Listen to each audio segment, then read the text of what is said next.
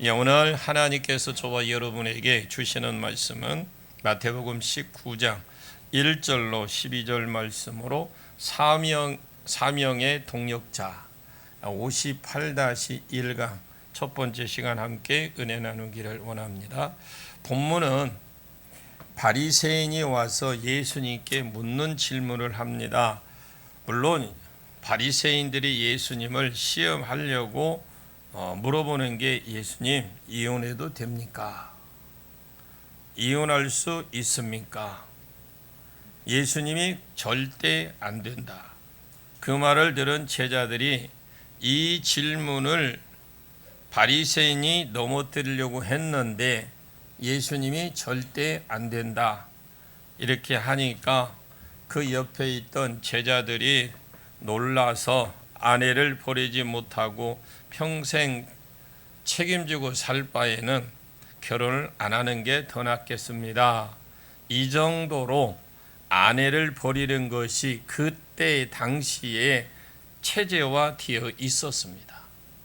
다른 사람들을 말한 것이 아니고 제자들이 10절에 말할 정도로 이혼하고 여자를 버리는 것이 그때 당시에 당연시 여겼던 시대였습니다.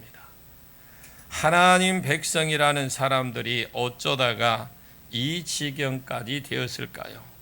또 반대로 가정이 회복되려면 어떻게 해야 될까? 이런 관점에서 우리가 살펴보기를 원합니다. 먼저 우리 1절 말씀을 같이 보겠습니다. 시작. 예수께서 이 말씀을 마치시고 갈릴리를 떠나 요단강 건너 유대 지경에 이르시니.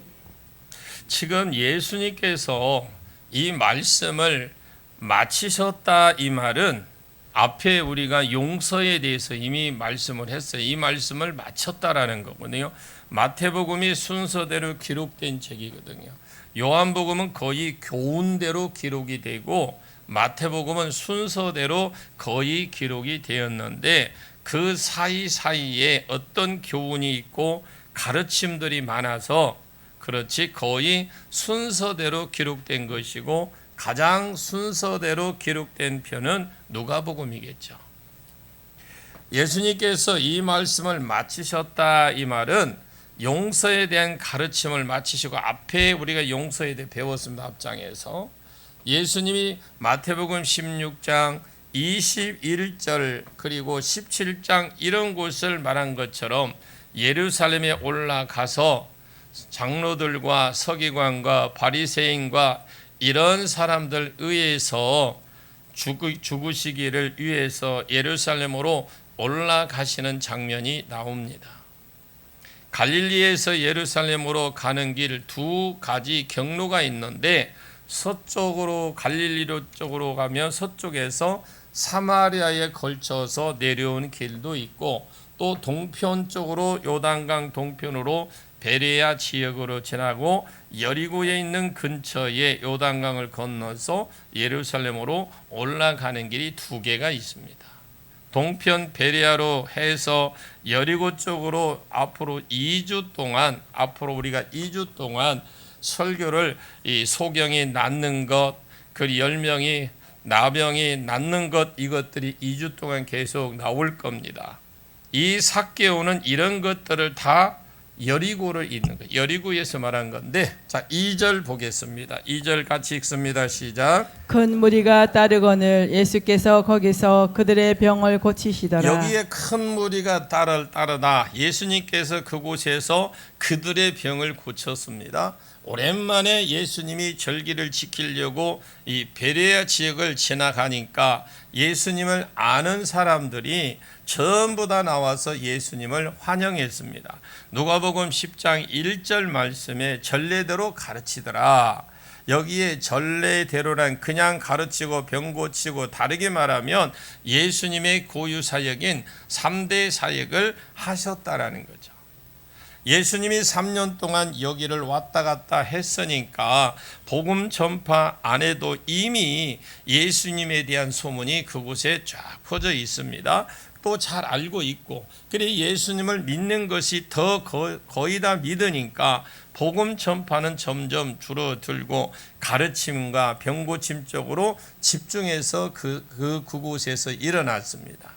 그런 와중에 3절 말씀이 나옵니다. 3절 볼게요. 같이 읽습니다. 시작. 바리새인들이 예수께 나와 그를 시험하여 이르되 사람이 어떤 이유가 있으면 그 아내를 버리는 것이 옳으니까. 이제 그 큰 무리 안에 들어 있었는데 은혜를 받으러 나온 것이 아니죠. 그 큰 무리 안에 있었는데 이 사람들은 은혜를 받으려고 나온 것이 아니라 교회나 어떤 예수님께 나오면 은혜를 받으려고 나오는데 시비를 걸려고 나왔어요.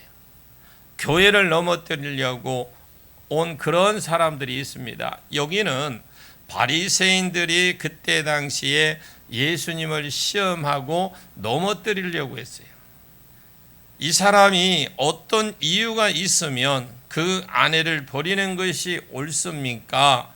옛날 성경에는 이것이 아무 연고로 물혼하고 아내를 버리는 것이 옳은 겁니까? 신명기 24장 1절 말씀에는 사람이 아내를 데려온 후에 수치되는 일이 있음을 발견하고 그를 기뻐하지 않으면, 여기에 수치되는 일이 발견되면 말은 그를 기뻐하지 않으면 이 뜻이거든요. 기뻐하지 않으면, 그때 당시에 이스라엘이나 중동 지역에는 거의 결혼 지참금을 주고 아내를 사오는 겁니다. 그래서 아내가 소유 개념하고 좀 강한 편이죠. 자식도 그렇고 옛날에 큰딸은 살림미천이다라는 말이 있었어요. 이런 말을 했는데 이스라엘은 진짜 살림미천입니다.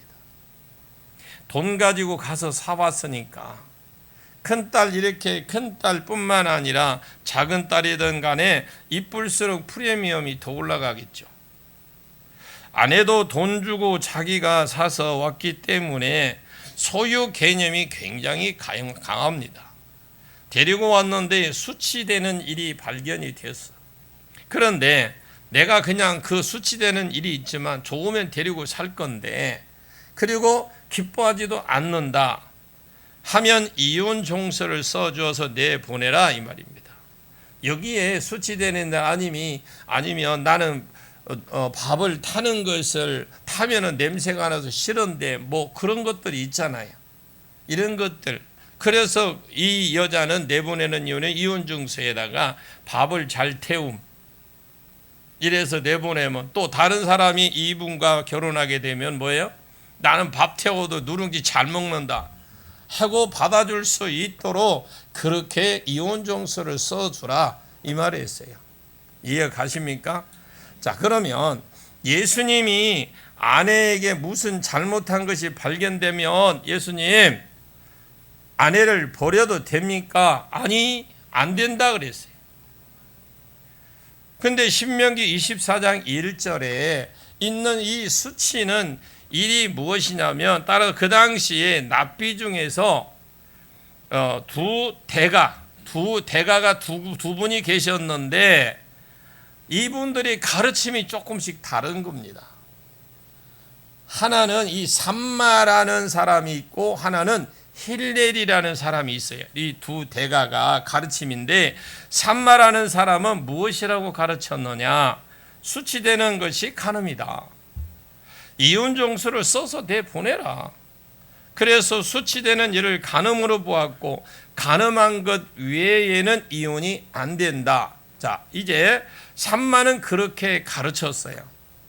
좀 엄한 편으로 가르쳤습니다. 그런데 이 힐렐이라는 사람은 수치되는 일을 그냥 온갖 잡다한 것을 다 본 거예요. 여자가 아이를 못 낳는다, 음식을 너무 못한다, 이스라엘이 잘생기든지 안 그러면 무엇이 딱 부러지게 좀 더 잘 되든지, 아이를 못 낳는다, 음식을 좀 이상하게 만든다, 성격이 괴팍스럽다, 여기에 그러면 쫓겨날 사람이 많았어요. 여기도 그럴 분들이 있을 것 같은데 없으면 다행이고요. 그런 것들이 수치되는 일로 누가 봤다고요? 힐렐이라는 사람이 그렇게 보고 가르친 거예요. 그냥 안다고만 그냥 끄떡끄떡 해줘봐요. 그냥 이해가 안 돼도. 그런 두 사람이 있었어요. 그리고 나서 이혼 종서를 써서 보내라 그렇게 가르쳤는데, 그런데 이 힐렐은 좀 자유분방한 이혼을 자연적으로 그 제자들은 그렇게 나갈 것이고, 산마는 좀 보수적인 그런 옛날에 우리 전통 어른들이 유교 문화, 불교 문화 이런 것을 따를 때에 그런 어른들이 연념을 세운다든지 이런 문화가 가까울 것 같습니다. 그런 쪽으로. 그 당시에 이스라엘 사람이면 어떤 사람이 사부로 삼겠습니까? 자, 여러분이 힐렐과 산마 이 사람들이 만약에 여러분들이 시대에 이 사람들은 어떤 사람을 사부로 삼겠습니까? 힐렐과 산마 중에 어떤 분을 삼겠습니까? 지금 대답은 다 뭐 한 사람 정했을 줄 알겠지만 10절에 예수님께서 아내를 버리면 안 된다고 말을 하니까 나쁜 사람들이 이렇게 말한 것이 아니고, 제자들이 12제자들이 무엇이라고 대답을 했느냐? 그럴 것 같으면 장가 안 가는 것이 훨씬 낫겠는데요. 한 여자하고 죽을 때까지 살 것 같으면 장가 안 가는 게 훨씬 낫겠습니다. 이렇게 말할 정도로 그 시대에 여러분들이 그걸 아셔야 돼. 그 시대 배경이 어떻다는 걸 아셔야 돼. 그 시대가 누구를 따랐단 말입니까? 힐렐을 따른 거예요. 힐렐 편이 더 많습니다. 아무튼 산마 편도 있고 힐렐 편도 있었어요. 예수님이 버려라고 대답하면 누가 난리를 치겠습니까? 산마 편의 파들이 난리를 칠 것이고, 그리고 죽을 때까지 데리고 살아라 그렇게 하면 숫자적으로 많은 이 힐렐파들이 난리를 칠 겁니다. 이렇게 대답해도 백성들의 원성을 살 것이고, 저렇게 대답을 해도 원성을 사는 애매한 소리를 예수님을 넘어뜨리려고 온 거예요. 그때 예수님이 뭐라고 대답하셨느냐? 그게 4절 말씀. 4절을 꼭 읽어보셔야 돼. 읽어볼까요? 같이 읽습니다. 시작. 예수께서 대답하여 이르시되 사람을 지으신 이가 본래 그들을 남자와 여자로 지으시고. 이 사람을 지으신 이가 누구십니까? 하나님. 사람을 지으실 때 그러면 어떻게 지으셨어요? 본래 그들은 남자와 여자를 지으시고 결론적이잖아요.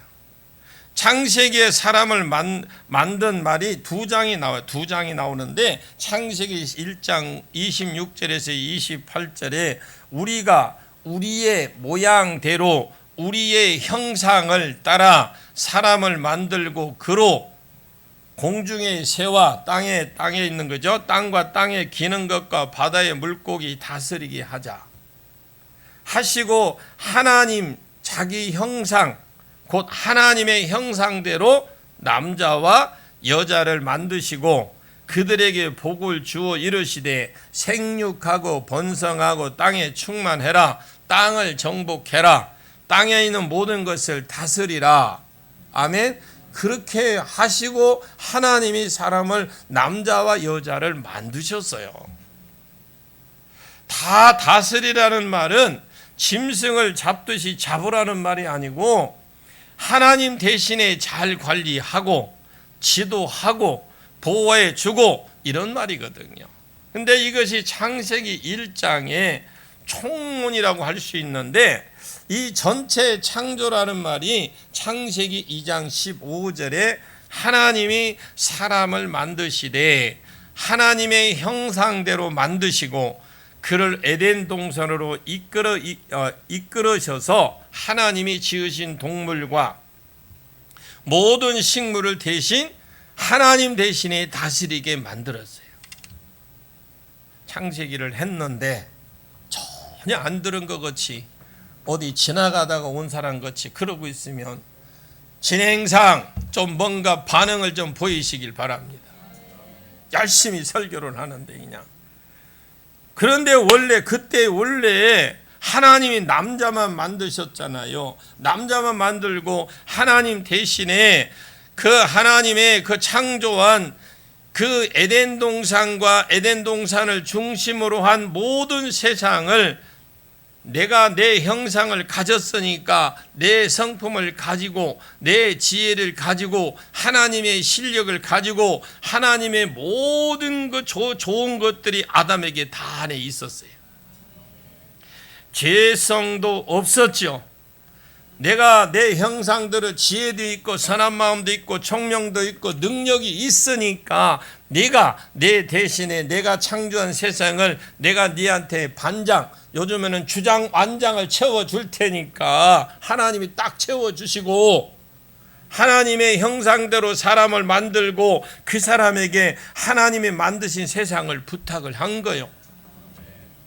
창세기 2장 18절에 사람이 독취하는 것을 좋지 못하니 내가 그를 위하여 돕는 배필을 지으리라.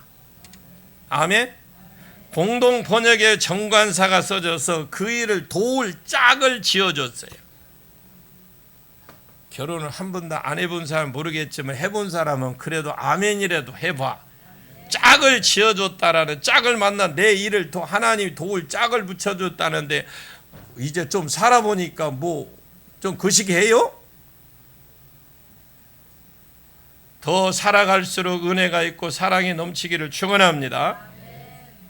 자, 보십시오. 원래 남자에게 있어서 가장 좋은 아내상은 하나님이 내게 남자에게 맡겨주신 그 어떤 사명, 이 사명을 잘 감당하기 위해서 동역자로 섬길 수 있는 사람, 이것이 가장 좋은 아내상이에요. 자, 전도서 4장 9절 말씀이 두 사람이 한 사람보다 더 나은 것은 저희가 수고함으로 더 좋은 상을 얻는다라고 되어 있어요. 한 사람이 수고하는 것보다 부부가 수고하면 사명 감당하는데 천국 앞에 갔을 때에 하나님 앞에 갔을 때에 더 좋은 상을 얻고 이 땅에서도 더 좋은 상을 얻는다 이 말입니다. 하나가 넘어졌을 때에 하나가 또 일으켜주고 하나가 교회 안 가려고 삐질삐질하면 어서 갑시다고 끌어당겨 주시고 또 하나가 힘들어하면 힘들어하는 부분을 같이 힘들어하는 부분 나눠서 가지고 아멘입니까? 이런 것들이 좋은 아내상, 원래 하나님이 생각하시는 좋은 이게 아내상이에요. 이런 도울 짝을 아내를 만들어 주고 24절에 보니까 하나님이 사람에게 직접 주례사를 쓴 거예요. 주례를 하셨다 이 말입니다. 자, 이 두 부에게 주례사가 바로 오늘 5절 말씀이에요. 볼까요? 같이 읽습니다. 시작. 말씀하시기를 그러므로 사람이 그 부모를 떠나서 아내에게 합하여 그들이 한 몸이 될지니라 하신 것을 읽지 못하였느냐. 자, 하나님이 여기에 남자와 여자로 지었다라는 건 총체적으로 그냥 썼을 때 말이고 원래 세부적으로 이렇게 알아보니까 남자를 먼저 만드시고 사명을 주셨어요. 그 사명을 감당해라. 이 사명을 감당함에 있어서 사람이 독취하는 것이 못하다, 혼자 사는 것이 안 좋다란 이 말이 아니고요. 사명을 감당하는 데 있어서 혼자 사는 것이 안 좋다. 그 일을 도울 짝을 주시고 그 일을 내가 말을 어렵게 하나 봐요. 그 일을 도와줄 짝을 보내주시고 두 부부에게 주례사로 주신 것이 이 기준 잣대의 말씀이 무엇이냐? 이러므로 사람이 부모를 떠나서 이것이 원래 원어에 보니까 완전히 떠나는 걸 말하거든요. 완전 독립을 말해요. 아담은 최초의 인간입니다. 그런데 부모를 떠나서 한 걸 보니까 아담에게만 주신 주례사가 아니고 오고 오늘날 우리 세대까지의 모든 아담의 자손들이 다 잣대로 주신 이 말씀이다. 사람이 그 부모를 떠나서 완전히 떠나라는 겁니다. 결혼 전에 그러니까 옛날에 품 안의 자식이라고 하는 자식이지, 결혼하면 부모도 놓아줄 줄 알아야 돼. 이것이 내 자녀니까 어찌 내 자녀가 어디 있어요. 내 자녀가 결혼하면 다 아내 자녀고, 결혼하면 다 남편 자녀입니다. 자, 이것이 하나님, 자, 다 아내이고 남편인데 부모도 놓아줘야 되겠지만 자녀들도 독립할 줄 알아야 돼요. 하나님이 부모에게 주신 사명과 어른이 된 어떤 장성한 성도에게 주시는 사명은 달라요. 부모에게 주신 사명 다르고 또 아들에게 주신 사명이 다른 줄 알고, 그 사명에 있어서도 하나님의 일을 함에 있어서, 그러니까 부모에게 준 사명 다르고 그 아들에게 준 사명이 있잖아요. 그 사명을 감당하는데 하나님 그 사명을 거둘 짝을 붙여주신다 이 말입니다. 그래서 하나님 붙여주면 그 부르심에 독립하는 것이고, 경제적으로, 법적으로, 물질적으로, 정신적으로 모든 영역에서 독립을 선언하고, 그냥 독립 선언문 딱 한 번 읽고 그냥 빠이빠이 하고 가라는 것이 아니라, 부모도 내 자녀도 함께 며느리 사이에 시집살이 옛날처럼 그렇게 하지 말고 그냥 둘이서 독립할 수 있도록 도와주라는 거예요. 부모를 떠나 둘이 연합하다가 헬라어로 보니까 악교라는 거 뭐예요? 붙인다라는 뜻이잖아요. 그게 본드로 딱 달라붙은 건데 무엇으로 붙여야 되느냐? 정신적으로 하나가 돼야 되겠지만 이 사명에서 있어서도 그렇게 하나가 딱 돼야 된다. 내 부르심이 여보 이것이다. 당신이 이 일에 있어서 동력자가 되어 줬으면 좋겠다. 내 사명이, 하나님 부르신 사명이 이거다. 당신이 내 사명이 이건데 다 이 사명을 같이 동력자가 되어줬으면 좋겠다. 이런 부르심에 대한, 사명에 대한 정확한 연합이 있어야 된다 이 말입니다. 그리고 둘이 한 몸이 이룰지라. 이 사명으로 붙은 동력자로 붙여준 이 부분은 그냥 어떤 일 관계에 있어서만 동력자가 아니라 진짜 성적으로나 모든 영역에 있어서 하나님이 하나로 만들어 주셨다라는 걸 잊어서는 안 돼요. 그래서 둘이 관계가 너무 친밀하게 하셔서 사명을 더 잘 감당하게 하시려고 이 사명을 감당함에 있어서 어떤 일적으로만 만나는 사람이 아니라 더 친밀한 가운데 사명을 잘 감당하여서, 그래서 사명 위에 하나님이 관계도 더 좋아하시고 사랑하는 마음과 한몸 친밀됨도 더 깊이 해 주신 것이다. 이것이 원래 하나님이 아내를 만드신 이유입니다. 동력자로, 거둘 짝으로 남자에게 어떤 하나님이 사명을 주셨는데 그 사명을 주 안에서 함께 이룰 수 있도록, 함께 거두어서 함께 이뤄나갈 수 있도록 거둘 짝을 동력자로 붙여주신 겁니다. 자, 그러면 이것이 하나님이 만드신 여자를 이유인데 결혼 제도를 만드신 이유입니다. 이 사람들은 예수님 이혼하는 것이 가합니까? 내가 무슨 수치되는 일이 발견되면 버리라고 했는데 이 여자를 버려도 됩니까? 요즘 말로 하면 이혼해도 됩니까? 예수님이 된다 안 된다 이렇게 대답한 것이 아니라 무엇이라고 대답했느냐? 본래 결혼을 왜 하게 하셨는지 말씀을 해 주신 거예요. 이혼해도 되나 안 되나 이것을 가르치기 위해서 원래 하나님이 결혼을 왜 하게 했는 줄 가르쳐 준 거예요. 하나님이 사람을 만들고 남자에게 뭘 했다고요? 사명을 맡기셨어요. 아이고 아멘이라도 해보든지 고개라도 끄떡하든지 한 미소라도 한번 쳐주든지 한번 해봐요. 그래야 나도 좀 신이 나지. 자, 하나님이 남자를 세워서 그에게 사명을 맡겼는데 혼자 하는 거 보니까 어떻게 해요? 안 좋아. 그래서 누굴 보냈다고요? 거둘 짝을 보냈어. 그게 안 해요. 왜? 혼자 사명을 감당하기 힘드니까 그 일을 평생 동안 하면서 주의 일하는데 혼자 하는 거 둘이 하니까 이 땅에서 상급이 크고 저곳에도 상급이 크잖아요. 그런데 창세기에 볼 때 어떻게 했습니까? 왜 그것이 사라졌을까요?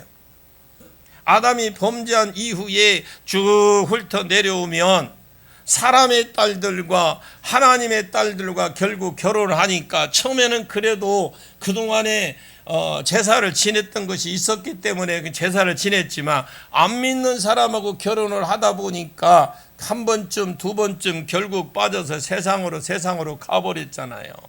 그래서 창세기 6장에 노아 홍수를 만나서 싹쓸이를 당한 겁니다.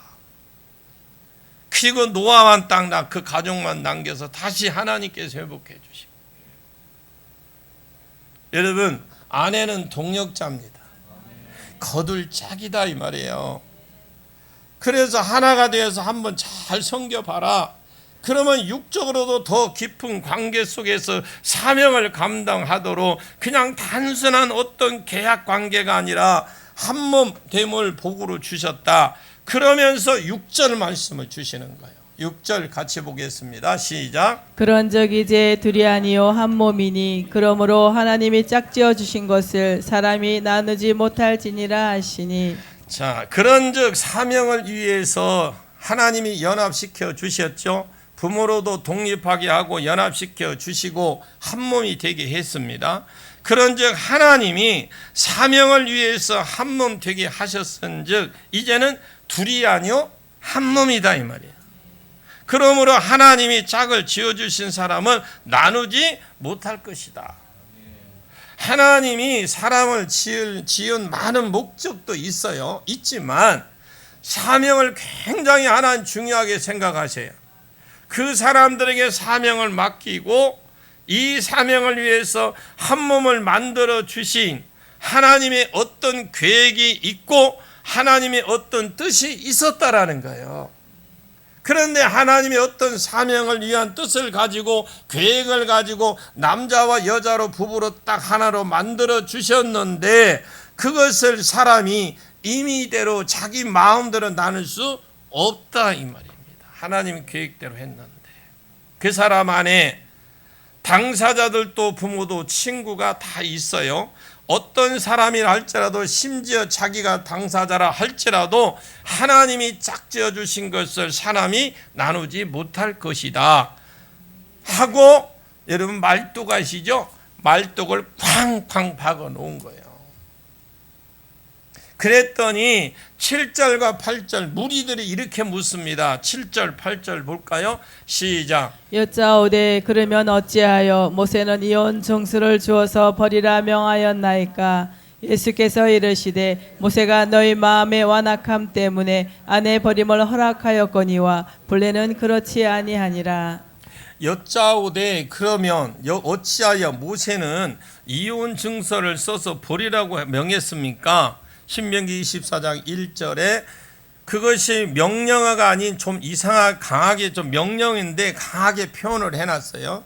모세는 왜 이혼 증서를 써 버리라고 명령했습니까? 그랬더니 예수님이 이르시되 모세가 너희 마음의 완악함 때문에 아내의 버림을 허락하였거니와 명령한 것은 아니다. 허락한 것이다 그래요. 무엇 때문에? 너희 마음이 완악하기 때문에. 완악하다 이 말은 악한 것 플러스 고집, 센 것.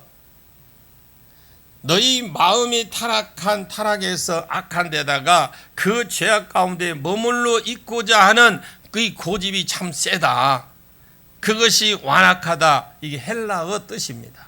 너희 마음이 악하고 악한 데다가 그 죄악 가운데 악 가운데 머물러 있고자 하는 그 고집 때문에 모세가 어쩔 수 없이 아내 버림을 허락한 것이다. 그래서 본래는 그렇지 아니하다라고 주님 말씀해 주는 거예요. 창세기 1장에 하나님이 남자와 여자를 만드셨다고 했지만 상세하게 보니까 남자를 먼저 만드시고 사명을 주고 돕는 짝으로 아내를 주고 이 사명을 위해서 독립하고 연합하면 관계도 더 좋아지게 했습니다. 그것 때문에 더 친밀한 가운데에 하나님을 섬길 수 있도록 동역자를 붙여주신 거예요. 부부가 그러잖아요. 예수 믿고 하다 보면 아이고 이제 뭐 1년에 한두 번쯤인데 우리 휴가인데 뭐 이번 주에는 안 가도 왔네. 아내가 그러면 땡! 해야지. 남편이 아내가 그러면 남편이 그러면 땡! 그렇게 해야지. 한번 해봐요. 땡! 해봐요 한번. 그렇게 서로가 뭔가 이끌어줄 줄 알 그런 짝으로 붙여줬잖아요. 우리가 하나님 앞에 사명을 위해서 붙여주었는데 우리 그렇게 하냐고 하면서 그것 때문에 더 친밀한 가운데 하나님 섬길 수 있도록 동역자를 쫙 붙여주었는데 결과적으로 볼 때에 창세기 3장에 타락을 했어요. 사람이 딱 타락하고 나니까 하나님의 형상을 잃어버린 거예요. 이후에 어떤 형상이 벌어졌느냐, 옛날에는 아내가 하나님이 맡겨준 일의 동역자로 보였어요. 타락하기 전에. 근데 제일 좋은 아내는 브리스길라와 아굴라입니다. 현숙한 여자도 고운 것도 헛되고 아름다운 것도 거짓되되 여호와를 경외하는 자가 최고다. 아내가 이렇게 잘 가정을 세울 뻔한 이 남편이 교회 장로들하고 가서 성문에서 말할 수 있도록 영적으로 이렇게 밀어주고 세워줄 수 있는 사람을 말하는데 이것이 현숙한 여성으로 봅니다. 이렇게 보았을 때에 브리스길라와 아굴라와 이것이 제일 좋은 아내상이거든요. 제일 좋은 부부상이고 이것이 깨달아지고 이해되면 그런 아내가 더 귀해진다 이 말이에요. 사명 안에 가면 갈수록 더 귀해지고 더 친밀해지는 겁니다. 여러분 가운데 이 부부도 이런 은혜가 있기를 축원합니다. 아니 그렇게 되기를 축원해요. 내가 사명을 감당을 하려고 하는데 가면 갈수록 아내가 더 귀해 보이고 내가 또 사명을 감당하는 데 갈수록 남편이 더 귀해 보이고 존귀해 보이고 그런데 창세기 3장에 타락이 딱 오니까 하나님이 하나님의 형상을 잃어버렸어요. 이후에 어떤 일이 벌어지기 시작했느냐? 하나님의 성품, 하나님 형상 안에 지혜, 지식, 능력, 성품이 그 안에 다 들었는데 하나님의 형상을 딱 잃어버리니까 여자가 옛날에는 동역자로 보이고 하나님의 주일 하는데 독차는 것이 좋지 못해서 동역자로 붙여주었는데 타락하고 일하니까 어떤 일이 벌어지냐? 이제 여자가 쾌락의 도구로 벌어진 거, 하나님과 벌어지니까 성적인 도구로 보이기 시작한 거예요. 하나님과 아무런 상관도 없어지고 사명과 계속 멀어지니까 옛날에는 여자가 동역자 상이 제일 좋은 아내 상이었는데 이것이 갑자기 내 성적인 욕구를 채워줄 수 있는 도구, 다르게 말하면 쾌락의 도구로 보이기 시작을 한 겁니다. 물론 여자도 마찬가지입니다. 여자가 쾌락의 도구로 보였다는 증거가 뭐냐? 여러분 집에 가서 한번 읽어보십시오. 창세기 4장 16절부터 쭉 보시면 가인의 자손들이 쭉 나오면서 가인이 에녹을 낳고 에녹이 이랏을 낳고 이랏이 무야엘을 낳고 무야엘은 무두살레를 낳고 무두사엘은 라멕을 낳았는데 라멕이 아담의 7세 손이잖아요. 안 좋은 쪽으로. 그것이 안 좋은 쪽은 7세 손인데 대표자입니다. 라멕이. 이 라멕이 두 아내를 취했으니 라멕이 힘센 자라. 이 이름 자체가 이 이름이 세다라는 말이에요. 힘센 자라는 뜻입니다. 자, 그런데 그 하나님이 한 남자와 여자를 짝을 지어주셨고 돕는 배필을 되게 했는데 타락하고 나니까 그 동역자가 개념이 없어지니까 나는 힘이 세고 나는 능력도 있는데 내가 왜 한 아내하고만 살아야 되느냐 했던 거예요. 이것은 단순히 아내 둘을 얻는 욕심이 생겼다라는 말이 아닙니다. 여자를 보는 관점이 바뀌었다라는 거예요. 전에는 주의 일을 하는 동력자로 봤는데 타락이 딱 되니까, 타락이 오니까 이제는 쾌락 도구, 성적의 요구를 채울 수 있는 도구로 보여지기 시작한 거예요. 내가 능력도 있는데 왜 한 여자하고 살아야 되느냐? 그래서 일부 다처가 시작이 된 겁니다. 하나의 이름은 아다요, 하나의 이름은 실라라. 창세기 6장 1절과 2절에 그때에 땅 위의 사람들이 번성하기 시작할 때 하나님의 아들들이 사람의 딸들의 아름다움을 보고 여자들을 외모로 치장했어요. 이제 여자들이 외모로 치장합니다. 왜? 남자들이 여자를 보는 가치나 관점의 쾌락의 대상으로 그렇게 봐주니까 여자도 옛날에는 동력자로서 아내를 귀하게 보았다면 이제 아내들이 어시스트를 잘하고 주의를 잘할 수 있도록 남편을 세우고 기도하고 이런 데 집중하겠죠. 은사를 열고 하나님 뜻을 물어서 가르쳐주고 이런 곳에 집중할 것인데, 남자가 여자를 보는 가치나 어떤 기준이 그것이 얼마나 섹시하냐, 얼마나 이쁘냐, 그런 쾌락의 도구로 보니까 얼마나 이쁘냐, 날씬하냐, 섹시하냐 그렇게 봐버리니까 여자들도 남에게 아내의 이름이 아다가 방울로 장식한 여자라는 뜻이고, 그 당시에 리본을 달고 방울을 달고 그렇게 장식을 했습니다. 그리고 신라, 긴 머리. 그때 당시 여러분 미용실도 없는데 긴 머리 길군다라는 건 엄청나게 거기에 투자를 했다라는 거 아닙니까? 머리가 긴 여자, 외모 지상주의. 그리고 딸을 낳았는데 이름이 나아마입니다.